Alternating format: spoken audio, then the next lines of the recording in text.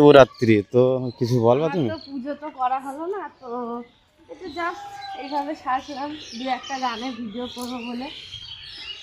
তো আজকে কেমন লাগছে কি বলবো? হ্যাঁ ভালো লাগছে, তোমাকে খুব খুব ভালো লাগছে। সবার থেকে ভাবছিলাম এই শাড়িটা পরবো, এই সামনে হোলি আছে, হোলিতে তাহলে কি করবো আমি? হোলি, হ্যাঁ হোলি তো আজকে শিবরাত্রি, তুমি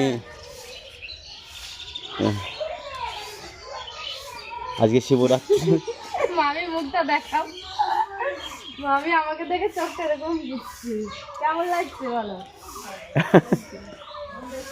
এ মা যা, আমি আলতাটা পরতে ভুলে গেছি।